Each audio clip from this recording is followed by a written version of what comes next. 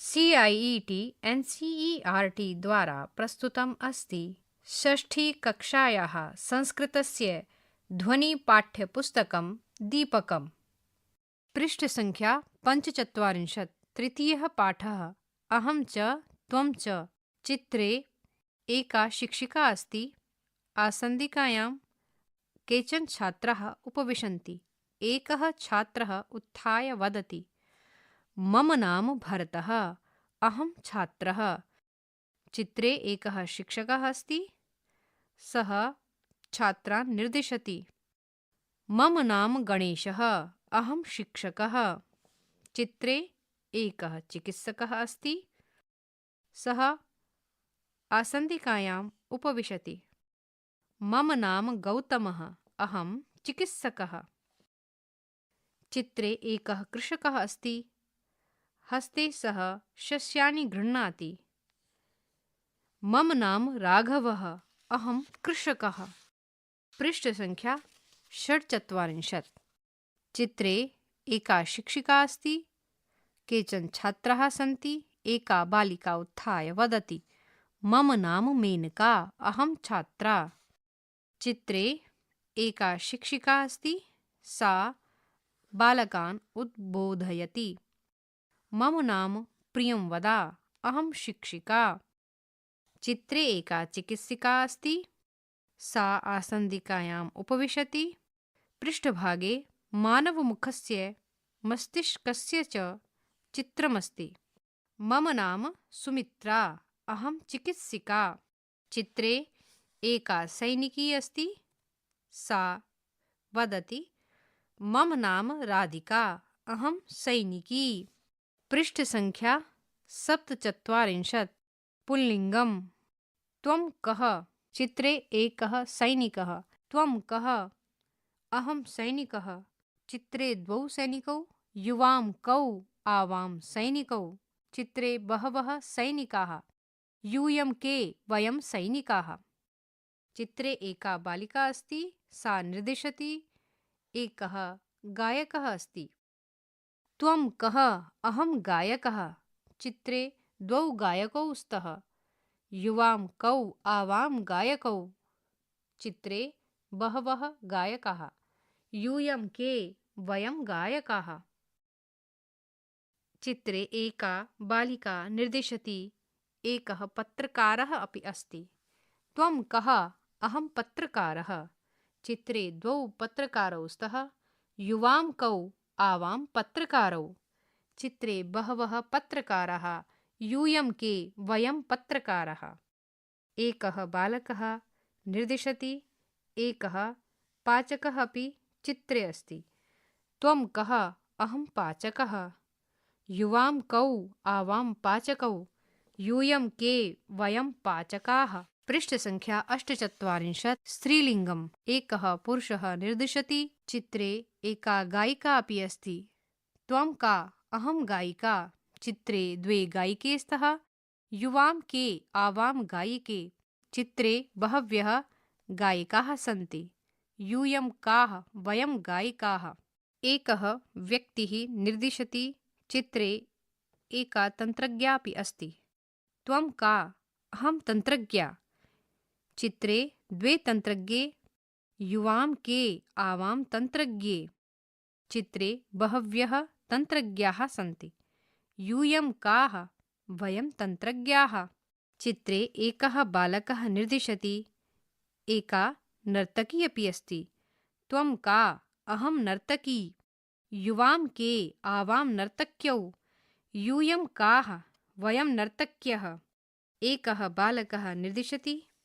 चित्रे एका पाचिका अपि अस्ति। त्वं का? अहं पाचिका। चित्रे द्वे पाचिके स्तः। युवां के, आवां पाचिके। चित्रे बहव्यः पाचिकाः सन्ति। यूयं काः? वयं पाचिकाः। पृष्ठसङ्ख्या 49। चित्रे एकः बालकः निर्दिशति। एकः चित्रकारः अपि अस्ति। त्वं चित्रकारः असि। चित्रे द्वौ चित्रकारौ स्तः। युवां चित्रकारौ स्तः। चित्रे बहवः चित्रकाराः सन्ति। यूयं चित्रकाराः स्तः। चित्रे एकः आरक्षकः अस्ति। अहम् आरक्षकः अस्मि। चित्रे द्वौ आरक्षकौ स्तः। आवाम् आरक्षकौ स्वः। चित्रे बहवः आरक्षकाः सन्ति। वयम् आरक्षकाः स्मः। चित्रे एकः बालकः निर्दिशति। एका गायिका अपि अस्ति। त्वं गायिका असि। चित्रे द्वे गायिके स्तः। युवं गायिके स्तः। चित्रे बहव्यः गायिकाः सन्ति। यूयं गायिकाः स्त। चित्रे एका चिकित्सिका अस्ति। अहं चिकित्सिका अस्मि। चित्रे द्वे चिकित्सके स्तः। आवां चिकित्सके स्वः। चित्रे बहव्यः चिकित्सकाः सन्ति। वयं चिकित्सकाः स्मः। पृष्ठसङ्ख्या 50। मकारस्य अनुस्वारस्य च लेखननियमः। व्यञ्जनवर्णात् पूर्वं पदान्तस्य मकारस्य स्थाने अनुस्वारः लेखनीयः। यथा पुस्तकं क उपरि अनुस्वार नास्ति। पुस्तकं म हलन्त् अस्ति। वयं शब्दार्थान् जानीमः। तालिका शब्दः अर्थः हिन्दी इंग्लिश मातृभाषया अर्थं लिखन्तु। मम मदीयं मेरा ऑब्लिक मेरी माय ऑब्लिक माइन रिक्तस्थानं नाम अभिधानं नाम नेम रिक्तस्थानं अहम् अहं मैं आय रिक्तस्थानं आवाम आवाम हम दोनों वी बोथ रिक्तस्थानं वयम वयम हम लोग वी ऑल रिक्तस्थानं त्वं त्वं तुम यू रिक्तस्थानं युवाम युवाम तुम दोनों यू बोथ रिक्तस्थानं यूयम यूयम तुम लोग यू ऑल रिक्तस्थानम् अस्ति वर्तते है इज रिक्तस्थानम् स्तः वर्तेते दो हैं बोथ आर रिक्तस्थानम् सन्ति वर्तन्ते हैं आर रिक्तस्थानम् सैनिकः भटः सैनिक सोल्जर रिक्तस्थानम् तन्त्रज्ञः संगणकज्ञः तन्त्रज्ञ सॉफ्टवेयर इंजीनियर रिक्तस्थानम् पत्रकारः वार्ताहरः पत्रकार जर्नलिस्ट रिक्तस्थानम् नर्तकी नृत्यांगना नर्तकी फीमेल डांसर रिक्तस्थानम् रिक्तस्थानानि आत्मना पूरयन्तु। 51 तालिका शब्दः अर्थः हिंदी इंग्लिश मातृभाषया अर्थं लिखन्तु। चित्रकारः आलेख्यकारः चित्रकार इलस्ट्रेटर रिक्तस्थानम् आरक्षकः आरक्षी आरक्षक पुलिसमैन रिक्तस्थानम् चिकित्सिका चिकित्सिका वैद्या फीमेल डॉक्टर रिक्तस्थानम् छात्रः विद्यार्थी छात्र स्टूडेंट लेखकः लेखनकर्ता लेखक राइटर रिक्तस्थानम् क्रीडकः खेलकः खिलाड़ी प्लेयर रिक्तस्थानम् गायकः गायनः गायक सिंगर रिक्तस्थानम् चालकः चालकः चालक ड्राइवर छात्रा विद्यार्थिनी छात्रा गर्ल स्टूडेंट रिक्तस्थानम् द्रविणं वित्तं धन वेल्थ रिक्तस्थानम् रिक्तस्थानानि आत्मना पूरयन्तु। वयम् अभ्यासं कुर्मः। 1 उच्चैः पठन्तु अवगच्छन्तु च। त्वं माता त्वं पिता त्वं बन्धुः त्वं सखा त्वं विद्या त्वं द्रविणं देवदेव त्वम् एव मम सर्वम् त्वमेव माता च पिता त्वमेव त्वमेव बन्धुश्च सखा त्वमेव त्वमेव विद्या द्रविणं त्वमेव त्वमेव सर्वं मम देवदेव। 2 उदाहरणानुगुणम् अधोलिखितेषु वाक्येषु पट्टिकातः उचितैः पदैः रिक्तस्थानानि पूरयन्तु। त्वं युवां यूयम् अहम् आवां वयम्। यथा हे बाल, त्वं छात्रः असि। क रिक्तस्थानं शिक्षकौ स्वः। ख मञ्चे रिक्तस्थानं नर्तक्यः स्थ। ग अत्र रिक्तस्थानम् अस्मि। घ सभायां रिक्तस्थानं गायिके स्थः। ङ विद्यालये रिक्तस्थानं स्मः। च वैद्यालये रिक्तस्थानं चिकित्सका असि। पृष्ठसङ्ख्या 52। 3 चित्रं दृष्ट्वा उदाहरणस्य अनुगुणं वाक्यानि लिखन्तु। चित्रे एकः शिक्षकः अस्ति। यथा अहं शिक्षकः अस्मि। चित्रे 2 शिक्षकौ स्तः। आवां शिक्षकौ स्वः। चित्रे बहवः शिक्षकाः सन्ति। वयं शिक्षकाः स्मः। क चित्रे एकः तन्त्रज्ञः अस्ति। अहं तन्त्रज्ञः अस्मि। चित्रे 2 तन्त्रज्ञौ स्तः। रिक्तस्थानं स्वः। चित्रे बहवः तन्त्रज्ञाः सन्ति। रिक्तस्थानं स्मः। ख चित्रे एकः नर्तकः अस्ति। अहं नर्तकः अस्मि। चित्रे 2 नर्तकौ स्तः। रिक्तस्थानं स्वः। चित्रे बहवः नर्तकाः सन्ति। रिक्तस्थानं स्मः। ग चित्रे एकः चालकः अस्ति। अहं चालकः अस्मि। चित्रे 2 चालकौ स्तः। रिक्तस्थानं स्वः। चित्रे बहवः चालकाः सन्ति। रिक्तस्थानं स्मः। पृष्ठसङ्ख्या 53। चित्रे एका आरक्षिका अस्ति। यथा अहम् आरक्षिका अस्मि। चित्रे 2 आरक्षिके स्तः। आवाम् आरक्षिके स्वः। चित्रे बहव्यः आरक्षिकाः सन्ति। वयम् आरक्षिकाः स्मः। घ चित्रे एका छात्रा अस्ति। अहं छात्रा अस्मि। चित्रे 2 छात्रे स्तः। रिक्तस्थानं स्वः।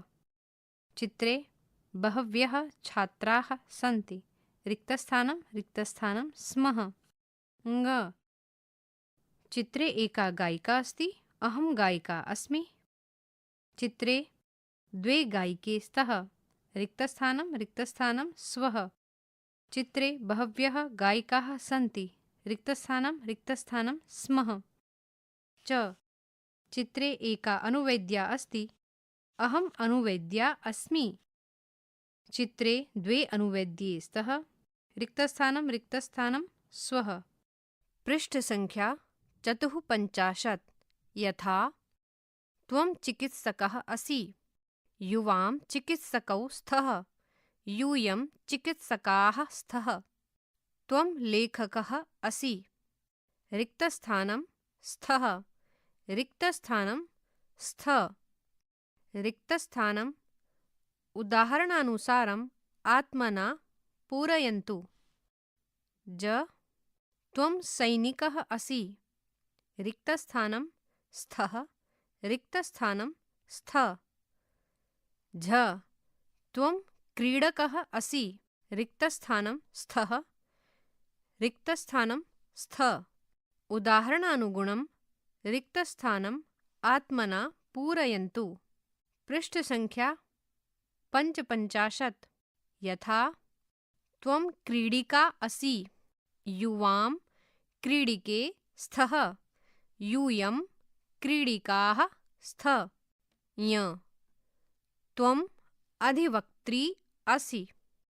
रिक्तस्थानं स्थः। रिक्तस्थानं स्थ। उदाहरणानुगुणं रिक्तस्थानम् आत्मना पूरयन्तु। ट त्वं छात्रा असि। रिक्तस्थानं स्थः। रिक्तस्थानं स्थ। ठ त्वं धाविका असि। रिक्तस्थानं स्थः। रिक्तस्थानं स्थ। पृष्ठसङ्ख्या 56। 4 उदाहरणानुगुणं वाक्यानि परस्परं योजयन्तु। यथा त्वं बालिका असि। युवां बालिके स्तः। यूयं बालिकाः स्तः। क त्वं बालिका असि। ख अहं गायकः अस्मि। ग त्वं छात्रः असि। घ अहं शिक्षकः अस्मि। ङ अहं नर्तकी अस्मि। च त्वं गृहिणी असि। छ अहम् आरक्षकः अस्मि। ज त्वं सैनिकः असि। झ त्वं चिकित्सकः असि। ञ अहं तन्त्रज्ञः अस्मि। युवां बालिके स्तः। आवां शिक्षकौ स्वः। युवां चिकित्सकौ स्तः। आवां तन्त्रज्ञौ स्वः। युवां बालिके स्तः। युवां सैनिकौ स्तः। आवां गायकौ स्वः। युवां छात्रौ स्तः। आवाम् आरक्षकौ स्वः। आवां नर्तक्यौ स्वः। युवां गृहिण्यौ स्तः।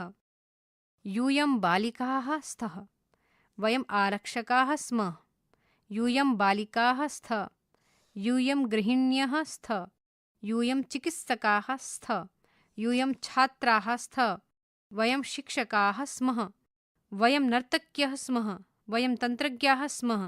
यूयं सैनिकाः स्तः। वयं गायकाः स्मः। त्वं बालिका असि इत्यस्य मेलनं युवां बालिके स्तः। अन्यत्र मेलनं यूयं बालिकाः स्तः। अन्यत्र उचितवचनानुसारेण आत्मना मेलनं कुर्वन्तु। 5. उदाहरणानुगुणम् उत्तराणां प्रश्ननिर्माणं कुर्वन्तु। यथा त्वं चिकित्सकः। कः चिकित्सकः? त्वं कः? क त्वं तन्त्रज्ञः। 2 रिक्तस्थाने प्रश्नचिह्ने स्तः। ख युवां बालकौ 2 रिक्तस्थाने प्रश्नचिह्ने। ग यूयं छात्रः 2 रिक्तस्थाने प्रश्नचिह्ने च। घ अहं न्यायाधीशः 2 रिक्तस्थाने प्रश्नचिह्ने च। ङ आवां गायिके 2 रिक्तस्थाने प्रश्नचिह्ने च वयं शिक्षिकाः 2 रिक्तस्थाने प्रश्नचिह्ने च। पृष्ठसङ्ख्या 57। योग्यता विस्तरः। भवान्, भवती, भवन्तौ, भवत्यौ, भवन्तः, भवत्यः एतेषां प्रयोगः प्रथमपुरुषस्य क्रियापदेन सह भवति। त्वं, युवां, यूयम् एतेषां प्रयोगः मध्यमपुरुषस्य क्रियापदेन सह भवति। अहम्, आवां, वयम् एतेषां प्रयोगः उत्तमपुरुषस्य क्रियापदेन सह भवति। तालिका। पुरुषः एकवचनं, द्विवचनं, बहुवचनं। प्रथमपुरुषः भवान्, भवती अस्ति। द्विवचनं भवन्तौ, भवत्यौ स्तः। बहुवचनं भवन्तः, भवत्यः सन्ति। मध्यमपुरुषः त्वम् असि। युवां स्तः। यूयं स्त। उत्तमपुरुषः अहम् अस्मि। आवां स्वः। वयं स्मः। गीतम् अहं पठामि। रिपीट। चित्रे एकः बालकः पठति, एका बालिका अपि पठति। एका बालिका प्रार्थनां करोति। अपरत्र सरस्वती मातुः चित्रमस्ति। गीतम् अहं पठामि। चित्रे एकः बालकः पठति। अपरत्र चित्रे एका बालिका अपि पठति। एका बालिका प्रार्थनां करोति। अपरत्र सरस्वती मातुः चित्रमस्ति। अहं पठामि संस्कृतम्, अहं वदामि संस्कृतम्, अहं लिखामि संस्कृतं सदैव सुन्दराक्षरम्। अहं पठामि संस्कृतम्, अहं वदामि संस्कृतम्, अहं लिखामि संस्कृतं सदैव सुन्दराक्षरम्। अहं स्मरामि मातरम्, अहं भजामि मातरम्, अहं नमामि मातरं सदैव भक्तिपूर्वकम्। अहं स्मरामि मातरम्, अहं भजामि मातरम्, अहं नमामि मातरं सदैव भक्तिपूर्वकम्। पृष्ठसङ्ख्या 58। परियोजनाकार्यम्। अस्मद् युष्मद् शब्दयोः सर्वाणि रूपाणि स्फोरकपत्रे लिखन्तु। तालिका। अस्मद् शब्दरूपाणि एकवचनं, द्विवचनं, बहुवचनं।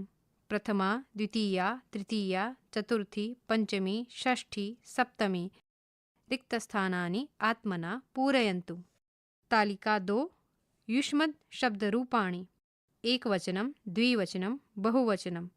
प्रथमा, द्वितीया, तृतीया, चतुर्थी, पंचमी, षष्ठी, सप्तमी रिक्तस्थानानि आत्मना पूरयन्तु। तृतीयः पाठः समाप्तः। शृण्वन्तः आसन् षष्ठीकक्षायाः संस्कृतस्य ध्वनिपाठ्यपुस्तकं दीपकम्। वाचनस्वरः डॉक्टर चंचल कुमारी, ध्वन्याङ्कनं मंजू कुमारी, निर्माणसहयोगः कुसुमलता, निर्देशनम् एवं निर्माणं विमलेश चौधरी एवञ्च प्रस्तुतिः CIET NCERT नवदेहली भारतम्।